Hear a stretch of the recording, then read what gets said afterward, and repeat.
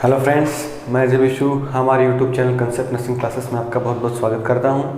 अगर आपने अब तक हमारा चैनल सब्सक्राइब नहीं किया है तो प्लीज़ सब्सक्राइब करें और बेल आइकन को प्रेस करें ताकि आने वाले वीडियोस क्लासेस का नोटिफिकेशन जो है वो आपको मिलते रहें। आज का वीडियो आपके लिए बहुत इंपॉर्टेंट होने वाला है। वीडियो को शुरू से लेके एंड तक ज़रूर देखें। आज की क्लास में अपन डिस्कस करेंगे एक और नर्वस सिस्टम की कंजेनिटल अनोमलीज का डिसऑर्डर न्यूरल ट्यूब डिफेक्ट के बारे में। लास्ट क्लास में अपन ने डिस्कस किया था हाइड्रोसिफिलस। आज बात करेंगे अपन न्यूरल ट्यूब डिफेक्ट की। बात करते हैं अपन न्यूरल ट्यूब डिफेक्ट।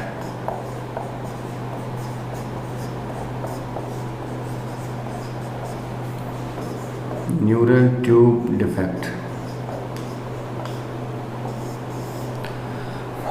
नाम से पता लग रहा है न्यूरल ट्यूब डिफेक्ट का मीन्स क्या होता है कि न्यूरल जो ट्यूब होती है, न्यूरल ट्यूब मीन्स अपन ये कहने का मतलब ये है कि ब्रेन और spinal cord, brain and spinal cord की जो आउटर कवरिंग होती है, इनको जो जितनी भी लेयर कवर करती हैं मोस्टली, उनका जो क्लोजर होता है वो प्रॉपर नहीं होता, पूरा क्लोजर नहीं होता, यानी क्लोजर के अंदर फेलियर होता है और उस डिफेक्ट को अपन बोलते हैं न्यूरल ट्यूब डिफेक्ट। ये कंजेनिटल अनोमलीज है, बच्चे को बर्थ से ही होती है। अब होने का क्या क्या कारण हो सकता है, कितने टाइप के न्यूरल ट्यूब डिफेक्ट अपने को देखने को मिलते हैं। बात करें इनके टाइप्स की कि न्यूरल ट्यूब डिफेक्ट के कितने टाइप होते हैं, तो न्यूरल ट्यूब डिफेक्ट का जनरली दो पार्ट में क्लासिफाई किया गया है। एक होता है एनेनसिफेली। एनेनसिफेली का मतलब क्या होता है? एनेनसिफेली का मीन्स होता है कि जो ब्रेन है, ब्रेन के बाहर की जो कवरिंग है, यानी जो क्रेनियल बोन है, वो क्रेनियल बोन का प्रॉपर फॉर्मेशन नहीं होता है। और उन क्रेनियल बोन का प्रॉपर फॉर्मेशन नहीं होने की वजह से ब्रेन के जो पार्ट है वो अपने को बाहर विजुअलाइज होते हैं नेक्ड आई से, यानी बाहर की तरफ प्रोट्रूड हो जाते हैं। अगर बाहर से अपन देखें तो ब्रेन अपने को बाहर से दिखाई देता है, उसकी कोई भी आउटर कवरिंग जो है वो नहीं होती है। इनका कोई स्पेसिफिक मैनेजमेंट नहीं होता है इस बीमारी का। पेशेंट बच्चा जो है वो कुछ विदिन आवर्स के अंदर है उसकी डेथ हो जाती है। तो एनेनसिफेली जो है वो भी क्या है, एक न्यूरल ट्यूब डिफेक्ट है। ब्रेन की जो आउटर कवरिंग है उसका प्रॉपर फॉर्मेशन जो है वो नहीं हो पाता है। बात करें अपन सेकेंड डिजीज कंडीशन की, इसके अंदर सेकेंड डिजीज कंडीशन, इनसे बहुत क्वेश्चन आते हैं, इंपॉर्टेंट है। डिजीज कंडीशन होती है स्पाइना बाइफिडा। स्पाइना बाइफिडा की बात करें कि स्पाइना बाइफिडा क्या होता है। स्पाइना बाइफिडा जो है वो डिसऑर्डर है स्पाइनल कॉर्ड का। स्पाइनल कॉर्ड की न्यूरल ट्यूब होती है, उसके अंदर डिफेक्ट होती है। होता क्या है स्पाइनल बाइफिडा में, स्पाइनल कॉर्ड जो है उसकी आउटर कवरिंग जो होती है उसके क्लोजर के अंदर अबनॉर्मलिटी या फेलियर आ जाता है, जिसकी वजह से स्पाइनल कॉर्ड का प्रॉपर क्लोजर जो है वो नहीं हो पाता है। और उस डिजीज कंडीशन को या उस कंजेनिटल अनोमलीज को अपन बोलते हैं स्पाइना बाइफिडा। अब होता कैसे है, जनरली होता क्या है कि जब भी न्यूरल ट्यूब बनती है तो न्यूरल ट्यूब का क्लोजर जो होता है वो प्रेगनेंसी का जो थर्ड से लेके फोर्थ वीक होता है, उस वीक के अंदर हो जाता है। यानी अपन ये बोल सकते हैं कि विदिन 1 मंथ जो है वो न्यूरल ट्यूब जो है वो क्लोजर हो जाती है प्रेगनेंसी के कंसीव करने के बाद। इस कंडीशन में क्या होता है कि न्यूरल ट्यूब है वो क्लोजर नहीं हो पाती है जनरली स्पाइनल कॉर्ड की, जिस कंडीशन को अपन बोलते हैं स्पाइना बाइफिडा। अब स्पाइना बाइफिडा है उसको भी दो स्पेसिफिक पार्ट में क्लासीफाई किया गया है। पहली डिजीज कंडीशन होती है वो होती है इसके अंदर spina bifida occulta. Spina bifida occulta. Spina bifida occulta जो होता है, ऑक्लूटा जो होता है वो होता क्या है कि इसके अंदर जो बाहर की कवरिंग है स्पाइनल कॉर्ड की उसका क्लोजर पूरी तरीके से हो जाता है, बट वो अब नॉर्मल क्लोजर होता है। फॉर एग्जांपल बात करें अपन, जैसे स्पाइनल कॉर्ड है, ये वाला कोई भी स्पाइनल कॉर्ड है, ब्रेन का पार्ट है, स्पाइनल कॉर्ड है, स्पाइनल कॉर्ड का क्लोजर तो हो जाएगा, इसके अंदर स्पाइनल कॉर्ड है, इसके बाहर जनरली स्किन की जो कवरिंग है वो तो हो जाती है। यानी कोई भी स्पाइनल कॉर्ड का बाहर की तरफ प्रोट्रूड नहीं होता है कोई भी पार्ट, पूरी तरीके से क्लोजर तो हो जाता है, बट वहाँ वर्टिब्रा जनरली एब्सेंट हो जाती हैं। और होता क्या है कि वो कुछ पार्ट अपने को अंदर की तरफ धसा हुआ दिखाई देता है। यानी यहाँ मान के चलें कि पोर्टवाइन स्टेन बन जाता है, पोर्टवाइन स्टेन बन जाता है, या अपने को टफ्ट ऑफ हेयर यानी बालों का कुछ गुच्छा है वो दिखाई देता है, या डिम्पलिंग हो जाती है। डिम्पलिंग मीन्स अंदर की तरफ पार्ट है वो अपने को दसा हुआ ही दिखाई देता है। ऐसे लगता है कि अंदर की तरफ जो है वो बोनलेस पार्ट है, बोन प्रेजेंट नहीं है। यानी यहाँ से अपन प्रेस करेंगे तो डायरेक्टली कौन सा पार्ट प्रेस होगा, स्पाइनल कॉर्ड प्रेस होगी। उस वाले डिजीज कंडीशन को अपन कौन सी डिजीज कंडीशन बोलते हैं, स्पाइना बाइफिडा ओक्लूटा।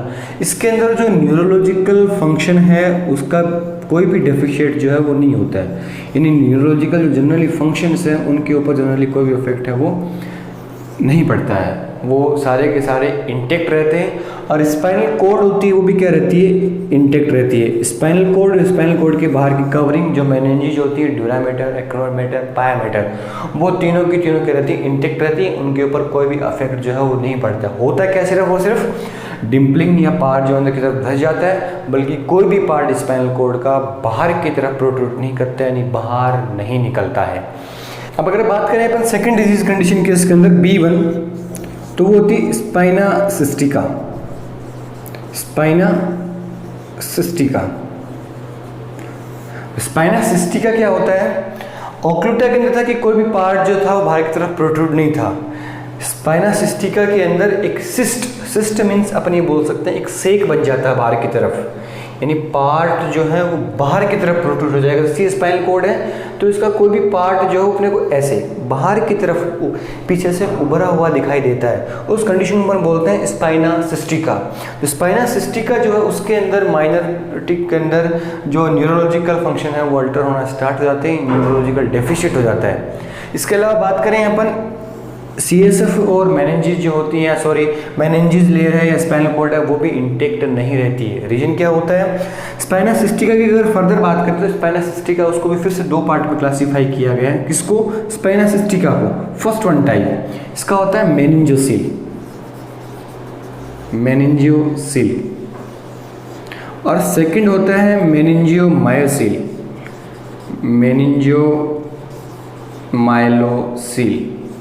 माइलोसिल, ये दो पार्ट में इसको फिर से क्लासिफाई किया गया है, मेनिंजियोसिल और मेनिंजियोमायोसिल। इन दोनों पार्ट्स में होता क्या है, मेनिंजियोसिल्स में सिर्फ और सिर्फ स्पाइनल कॉर्ड और जो मेनिंजेस होती हैं उनका प्रोट्रूशन होता है, वो अपने को बाहर की तरफ दिखाई देती हैं। यानी इनके ऊपर की जो कवरिंग स्किन या वर्टिब्रा वो प्रेजेंट नहीं रहती। अपने को अगर बाहर से देखेंगे तो डायरेक्ट स्पाइनल कॉर्ड है वो दिखाई देगी। अगर मेनिंजियोमायोसिल की बात करें तो full part of spinal cord, पूरा स्पाइनल कॉर्ड जो बाहर की तरफ दिखाई देता है। इसमें सिर्फ और सिर्फ क्या देता है, मेनिंजेस और CSF ही अपने को बाहर की तरफ दिखाई देगा। और इस वाले पार्ट के अंदर क्या होता है कि पूरी की पूरी full length of spinal cord है वो अपने को बाहर से दिखाई देती है। इन स्पाइनल कॉर्ड के डिसऑर्डर की बात करें तो इनकी जो मेन सबसे मोस्ट कॉमन साइट होती है, वो मोस्ट कॉमन साइट कौन सी होती है, लंबर 5 से लेके सेक्रम फर्स्ट तक, यानी नंबर 5 टू सेक्रम फर्स्ट इनकी मोस्ट कॉमन साइट होती है। और इनके अंदर सबसे मोस्ट कॉमन डिसऑर्डर की बात करें तो सबसे मोस्ट कॉमन डिसऑर्डर कौन सा होता है, स्पाइना बाइफिडा। इंपॉर्टेंट क्वेश्चन है कि सबसे होने वाला सबसे मोस्ट कॉमन कंजेनिटल अनोमली जो है न्यूरल ट्यूब डिफेक्ट की वो कौन सी है, तो वो कौन सी होती है, स्पाइना बाइफिडा। और होता सबसे मोस्ट कॉमन साइट कौन सी है, L5 से लेके सेक्रम 1 तक, यानी सेक्रल जो एरिया है उसके अंदर जनरली ये डिफेक्ट है वो अपने को देखने को मिलते हैं। तो अपनी बात हुई थी इंट्रोडक्शन की, इसके दो टाइप्स थे और स्पाइना बाइफिडा को भी फर्दर क्लासीफाई किया गया। अब बात करते हैं अपन न्यूरल ट्यूब डिफेक्ट के इटियोलॉजिकल फैक्टर की कि क्या कारण है जिनकी वजह से न्यूरोलॉजिकल डिफेक्ट जो है अपने को देखने को मिलते हैं। नेक्स्ट क्या है, इटियोलॉजी या कॉजेस, कि क्या कॉज हो सकते हैं। अब इटियोलॉजी की बात करें तो सबसे नॉर्मल कॉमन कॉज होता है, एक होता है इन्फेक्शन भी कौन सा, जनरली टॉर्च इन्फेक्शन जो है, जो लास्ट क्लास में हाइड्रोसेफेलस में ऊपर डिस्कस कर चुके हैं, उसका भी कॉज था। टॉर्च इन्फेक्शन की वजह से अपने को न्यूरल ट्यूब डिफेक्ट है वो देखने को मिल सकता है। इसके अलावा बात करें अपन सेकंड वन, रेडिएशन मीन्स अगर प्रेगनेंसी के अंदर मदर किसी भी रेडियो एक्टिव रेज जो है उनके कॉन्टेक्ट में गई है, जैसे एक्सरे हुआ है, MRI हुआ है, CT स्कैन हुआ। MRI जनरली कोज नहीं करता, बट एक्सरे जो है वो मेजर कोज हैं। जैसे CT स्कैन हुआ हो चाहे एक्सरे हो तो वो कोज कर सकता है क्या, न्यूरल ट्यूब डिफेक्ट। इसके अलावा बात करें अपन कि कोई भी ड्रग अब्यूज़ है, ड्रग अब्यूज़ मतलब मदर कंटिन्यूसली कोई भी ड्रग ले रही है तो उसकी वजह से चांसेस हो सकते हैं कि बच्चे को न्यूरल ट्यूब डिफेक्ट जो है वो अपने को देखने को मिल जाए। इसके अलावा बात करें इंपॉर्टेंट क्वेश्चंस जहाँ से पूछा जाता है कि folic acid deficiency folic acid deficiency. यहाँ से क्वेश्चन आता है। क्वेश्चन कैसे आता है? फोलिक एसिड डेफिशिएंसी इसका एक मेन कोज है जो न्यूरल ट्यूब डिफेक्ट कोज करता है। अगर मदर के अंदर फोलिक एसिड की डेफिशिएंसी होगी प्रेगनेंसी कंसीव के टाइम, तो वो डेफिनेटली कोज करेगा न्यूरल ट्यूब डिफेक्ट। इसके अलावा क्वेश्चन ऐसे कि न्यूरल ट्यूब डिफेक्ट को कौन सा सप्लीमेंट जो है वो बचा सकता है, तो न्यूरल ट्यूब डिफेक्ट से कौन सा सप्लीमेंट बचा सकता है? फोलिक एसिड के सप्लीमेंट्स या टैबलेट जो अगर मदर को दी जाए तो वो इसको बचा सकती हैं।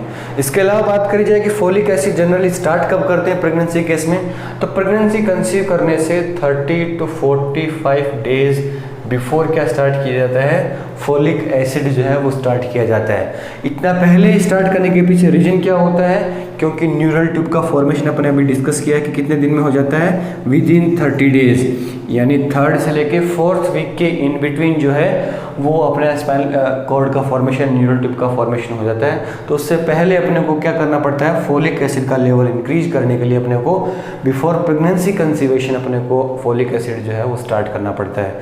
तो फोलिक एसिड डेफिशिएंसी का मेन कोज है जिसकी वजह से अपने को न्यूरल ट्यूब डिफेक्ट जो है वो देखने को मिल सकता था। तो ये क्या थे? कॉमन इटियोलॉजिकल फैक्टर थे जिनकी वजह से न्यूरल ट्यूब डिफेक्ट के चांसेस जो है वो बढ़ जाते हैं। अब बात करते हैं अपन sign symptom of neural tube defect की। साइन एंड सिम्टम कि क्या क्या साइन जो है वो अपने को न्यूरल ट्यूब डिफेक्ट की वजह से देखने को मिलते हैं। तो साइन सिम्टम की बात करें तो टाइप्स के अंदर ही कुछ साइन सिम्टम अपने डिस्कस किए हैं कि क्या होगा। एक तो अपने को बाहर की तरफ डिम्पलिंग या बाहर का पार्ट जो है वो धसा हुआ दिखाई देता है, तो अपने ये बोल सकते हैं कि प्रोट्रूशन होगा अपने यहाँ किसका? स्पाइनल कॉर्ड का। स्पाइनल कॉर्ड का प्रोट्रूशन जो है वो अपने को बाहर की तरफ वो है धसी हुई दिखाई देगी। इसके अलावा बात करें अपन डिम्पलिंग होगा, यानी अंदर पार्ट जो है स्किन का वो भी धसा हुआ दिखाई देता है, स्पाइना बाइफिडा ओक्लूटा जो पार्ट अपन ने डिस्कस किया था। इसके अलावा बात करें अपन tuft of hair. Tuft of hair means कि वहाँ बालों का गुच्छा जो है अपने को दिखाई देता है उस पर्टिकुलर पार्ट के ऊपर, या पॉट वाइन स्टेन जो है वो भी अपने को दिखाई दे सकता है। तो ये कॉमन सिम्टम थे जो ऑलरेडी अपन डिस्कस कर चुके हैं। इनके अलावा अगर सिम्टम्स की बात करें तो सेक लाइक स्ट्रक्चर दिखाई देती है अपने को बाहर की तरफ सेक है, उभार है वो अपने को मिलेगा स्पाइनल कॉर्ड का। इसके अलावा नेक्स्ट में बात करें जनरली होता कहाँ है? लंबोसेक्रल रीजन के अंदर। तो लंबोसेक्रल रीजन से जो भी नर्व निकलती हैं वो अपनी बॉडी का जो यूरिनरी ब्लैडर होता है उसको और बाउल एक्टिविटी को कंट्रोल करती हैं। तो इस केस में क्या होगा? अनकंट्रोल्ड बाउल एक्टिविटी और अनकंट्रोल्ड ब्लैडर एक्टिविटी होंगी, यानी ब्लैडर भी पूरी तरीके से कंट्रोल नहीं होगा और बाउल भी पूरी तरीके से कंट्रोल नहीं होगा। इसके अलावा यहाँ की नर्व जो होती हैं वो लोअर एक्सट्रीमिटी जो होती हैं उनके अंदर भी नर्व सप्लाई करने का काम करती हैं, तो उसकी वजह से लोअर एक्सट्रीमिटी जो है उनके अंदर अपने को पैरालाइसिस भी दिखाई दे सकता है। यानी लोअर एक्सट्रीमिटीज हैं उनके अंदर क्या दिखाई दे सकता है? पैरालाइसिस। तो ये क्या थे? मोस्ट कॉमन साइन सिम्टम थे जो इसकी वजह से अपने को दिखाई दे सकते हैं। इसके अलावा सबसे इंपॉर्टेंट साइन सिम्टम की बात करें जो एक कॉम्प्लिकेशन भी हो सकता है कि अगर at the time of neural tube defect है वो सही से ट्रीट नहीं हुआ तो वो कोज कर सकता है आईसीपी को बढ़ा सकता है, जिसकी वजह से पेशेंट के अंदर क्या देखने को मिल सकता है? हाइड्रोसिफिलिस। क्वेश्चन आ सकता है कि सबसे मोस्ट कॉमन कॉम्प्लिकेशन या सबसे मोस्ट कॉमन साइन कौन सा होता है न्यूरल ट्यूब डिफेक्ट का? तो आंसर क्या होगा? हाइड्रोसिफिलिस। ये कॉम्प्लिकेशन है सबसे मोस्ट कॉमन कॉम्प्लिकेशन। अगर सही टाइम पे न्यूरल ट्यूब डिफेक्ट को ठीक नहीं किया गया तो वो कोज कर सकता है हाइड्रोसिफिलिस। तो ये कहते हैं साइन एंड सिम्टम। अब बात करते हैं अपन डायग्नोस्टिक फीचर की, कि कौन से डायग्नोस्टिक फीचर के थ्रू अपन पता लगा सकते हैं कि पेशेंट जो है वो न्यूरल ट्यूब डिफेक्ट से सफ़र कर रहा है। तो अगर डायग्नोस्टिक फीचर्स की बात करेंगे, डायग्नोसिस कैसे करेंगे अपन? तो जनरली डायग्नोसिस है वो अपन करते हैं सीटी स्कैन या एमआरआई के थ्रू। सीटी स्कैन करेंगे या एमआरआई जिसके थ्रू पता लग जाएगा कौन सा पार्ट अफेक्ट है या कौन से पार्ट के अंदर डिफेक्ट जो है वराइज हो रखा है। अगर अर्ली स्टेज के अंदर करना है तो अपन करते हैं टेस्ट करते हैं अल्फा फिटोप्रोटीन का। अल्फा फिटोप्रोटीन जो है वो अपने को बढ़ा हुआ मिलता है न्यूरल ट्यूब डिफेक्ट वाले केसेस के अंदर। जब भी मदर का ब्लड सैंपल लेते हैं तो उस केस के अंदर अपने को अल्फा फिटोप्रोटीन जो है वो क्या दिखाई देगा? इंक्रीज दिखाई देगा। इंक्रीज दिखाई देता है तो वो इंडिकेट करता है कि बच्चा जो किस कंडीशन से सफ़र कर रहा है, न्यूरल ट्यूब डिफेक्ट से सफ़र कर रहा है। तो ये कुछ डायग्नोस्टिक फीचर थे जिसके थ्रू अपन पता लगा सकते हैं कि बच्चा न्यूरल ट्यूब डिफेक्ट से सफ़र कर रहा है कि नहीं कर रहा। सबसे मोस्ट कॉमन एग्जैक्ट की बात करें तो कौन सा होता है? अल्फा फिटोप्रोटीन जो है मदर का बढ़ावा मिलता है जो इंडिकेट करता है आपके आने वाला चाइल्ड जो है वो क्या है, किस चीज़ से सफ़र कर रहा है, न्यूरल ट्यूब डिफेक्ट से सफ़र कर रहा है। तो ये कुछ डायग्नोस्टिक फीचर्स थे। अब एट लास्ट अपन बात करते हैं न्यूरल ट्यूब डिफेक्ट के मैनेजमेंट की, कि क्या मैनेजमेंट जो है वो न्यूरल ट्यूब डिफेक्ट का हो सकता है। मैनेजमेंट के अंदर अपने दो कंडीशन पढ़ी है, स्पाइना बाइफिडा और एनेंसेफेली। एनेंसेफेली का मैनेजमेंट अपन ऑलरेडी डिस्कस कर चुके हैं कि एनेंसेफेली का कोई भी मैनेजमेंट जो नहीं होता है। अगर बच्चे के अंदर होते हैं तो बच्चा कुछ आवर्स के लिए सर्वाइव करता है, उसके बाद उसकी डेथ हो जाती है। बात करें इसके बाद स्पाइना बाइफिडा के मैनेजमेंट की या कुछ नर्सिंग रिस्पॉन्सिबिलिटी की, तो एग्जैक्ट जो मैनेजमेंट होता है वो सिर्फ होता है सर्जिकल ट्रीटमेंट। और सर्जिकल ट्रीटमेंट करते हैं, कॉस्मेटिक सर्जरी करते हैं कि बाहर की स्किन को फिर से इंटेक्ट कर देते हैं और जो बाहर निकला हुआ पार्ट है उसको इंटेक्ट, उसकी जो प्रायर पोजीशन होती है उसके अंदर ले जाके बाहर से सुचरिंग कर देते हैं। तो यही सर्जिकल मैनेजमेंट के थ्रू अपन न्यूरल ट्यूब डिफेक्ट को ट्रीट कर सकते हैं। कई बार क्वेश्चन ऐसे आता है कि न्यूरल ट्यूब डिफेक्ट से अगर बच्चा सफ़र कर रहा है, एनटीडी से सफ़र कर रहा है, तो नर्स कौन सी पोजिशन बच्चे को प्रोवाइड करवाएगी। इंपॉर्टेंट पार्ट है, कौन सी पोजिशन जनरली बच्चे को देते हैं अपन, प्रोन पोजिशन। प्रोन पोजीशन किस लिए दी जाती है, ताकि फ्रिक्शन से बचे, फ्रिक्शन अगर होगा सुपाइन पोजीशन में अगर बच्चे को लेटाएंगे तो नीचे के सरफेस से स्पाइनल कॉर्ड अगर कॉन्टेक्ट में जाती है तो स्पाइनल कॉर्ड के डैमेज होने के, किसी भी नर्व के रप्चर होने के चांसेस जो हैं वो क्या हो जाते हैं, बढ़ जाते हैं। तो बच्चे को कौन सी पोजीशन जनरली दी जाती है, प्रोन पोजीशन। और जो स्पाइनल कॉर्ड का सेक लाइक स्ट्रक्चर जो अपने को बाहर दिखाई देता है उसको भी कवर करके रखना पड़ता है। इस पर भी क्वेश्चन आता है कि किस चीज़ से कवर करते हैं, तो स्टेराइल गोज पीस होता है, स्टेराइल गोज पीस। और अगर गोज पीस जो है एकदम से ड्राई रखेंगे अपन तो उसकी वजह से वहाँ चिपकने के, अडेर होने के चांसेस जो बढ़ जाते हैं। तो जब भी वापस रिमूव करते हैं तो वहाँ से भी नर्व डैमेज के चांसेस बढ़ जाते हैं। तो इसको वेट करते हैं, और वेट भी किसके अंदर करते हैं, नॉर्मल स्लाइन के अंदर। ये भी क्वेश्चन है कि किसके अंदर डिप्ड गोज होगा। ऑप्शन के अंदर पेट्रोलियम जेली, एल्कोहल वगैरह काफ़ी ऑप्शन मिलते हैं। तो आंसर क्या था उसके, इसके अंदर नॉर्मल स्लाइन के अंदर गोज को, स्ट्राइल गोज को डिप करके जो आउटर पार्ट है जो अपने को बाहर से दिखाई दे रहा है उसको अपन कवर करके रखते हैं। तो यही इंपॉर्टेंट क्वेश्चन है। अगर इसके बाद अलावा और क्वेश्चन की बात करें कि सर्जरी हो गई और पोस्ट ऑपरेटिव कंडीशन है, तो पोस्ट ऑपरेटिव कंडीशन के अंदर नर्स की क्या रिस्पॉन्सिबिलिटी होती है। तो पोस्ट ऑपरेटिव केस के अंदर नर्स की रिस्पॉन्सिबिलिटी है कि कंटिन्यूसली एसेप्टिक टेक्निक है वो हर बार काम में लेनी है, क्योंकि इन्फेक्शन के चांसेस जो हैं वो क्या जाते हैं, बढ़ जाते हैं। और इन्फेक्शन भी कौन सा इन्फेक्शन हो सकता है, फॉर एग्जांपल मेनिंजाइटिस है, इसके अलावा एंसेफेलाइटिस है, ऐसे इन्फेक्शन होने के चांसेस जो बढ़ जाते हैं। तो कंटिन्यूसली मेजर करना है, ऑब्जर्व करना है बच्चे को कि कहीं इन्फेक्शन तो ना हो गया हो, और हमेशा कौन सी टेक्निक काम में लेनी है, एसेप्टिक टेक्निक काम में लेनी है। इसके अलावा सबसे इम्पोर्टेंट बात करें तो बच्चे को कंटिन्यूसली ऑब्जर्व करना है CSF लीकेज के लिए, कि कहीं से CSF लीकेज तो नहीं हो रहा। CSF लीकेज अगर होता है तो वो इंडिकेट करता है इंटरनल इंजरी को, कि कोई न कोई मेनिंजेस का पार्ट है उसके अंदर इंजरी है, तो उसी वजह से CSF जो है वो लीकेज हो रहा है। या तो CSF लीकेज होगा या CSF का प्रॉपर फ्लो नहीं होगा तो हेड के अंदर इंट्राक्रेनियल प्रेशर जो वो क्या हो जाता है, बढ़ने लग जाता है। तो सर्जरी के बाद बच्चे का कंटिन्यूसली ICP जो हो मेजर करते रहना है। इसके अलावा CSF का लीकेज का ध्यान रखना है, और अगर कवर करना हो उस पार्ट को तो कौन किससे कवर करेंगे अपन, NS के अंदर गोज पीस को डिप करके उस स्ट्राइल गोज पीस से अपन कवर करते हैं। तो ये था आज का अपना डिसऑर्डर न्यूरल ट्यूब डिफेक्ट। आज का वीडियो आपको कैसा लगा ये आप कमेंट बॉक्स में जरूर बताएं। वीडियो को ज़्यादा से ज़्यादा शेयर करें। आज की क्लास के लिए इतना ही। हमारे YouTube channel concept nursing classes से जुड़ने के लिए बहुत बहुत धन्यवाद। Thank you.